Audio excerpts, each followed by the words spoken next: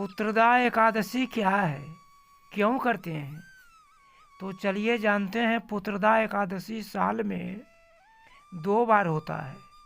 पहला जनवरी के शुक्ल पक्ष में किया जाता है।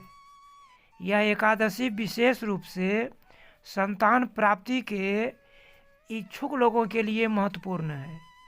जिसे कोई संतान ना हो उसे यह एकादशी अवश्य करना चाहिए। इस पर एक बहुत ही सुंदर एकादशी व्रत कथा है। हमें यह कथा सुनने मात्र से भी पूजा का आधा फल प्राप्त होता है। तो चलिए सुनते हैं। पूर्व समय में एक केतुमान नाम के राजा थे।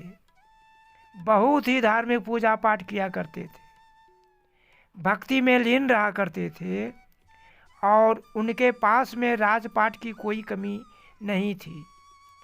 दुख सिर्फ एक ही बात का था कि उनके घर में कोई संतान नहीं थी।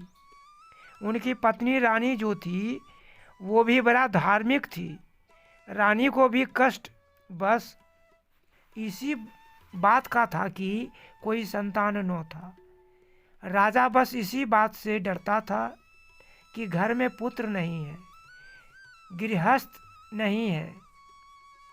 गृहस्थ के बिना घर अंधेरा ही होता है। उधर राजा के पितृगण भी पितृलोक में बड़े दुखी होते थे।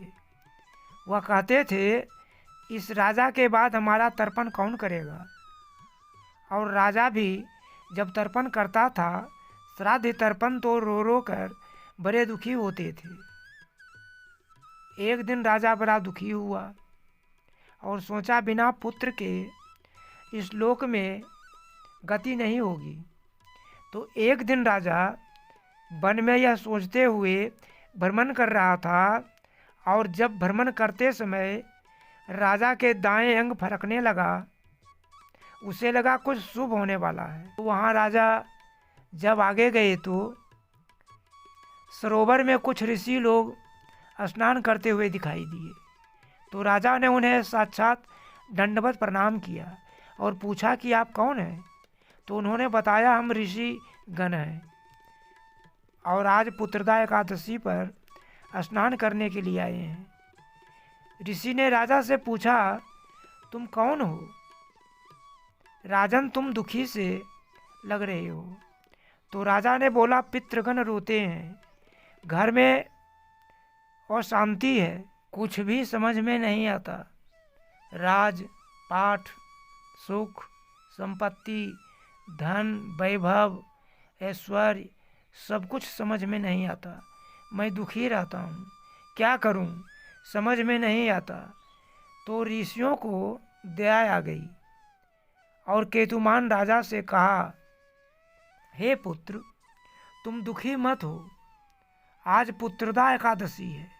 आज तुम व्रत करो और इसी बात को संकल्प करो। व्रत करोगे तो यह एकादशी साधारण नहीं है।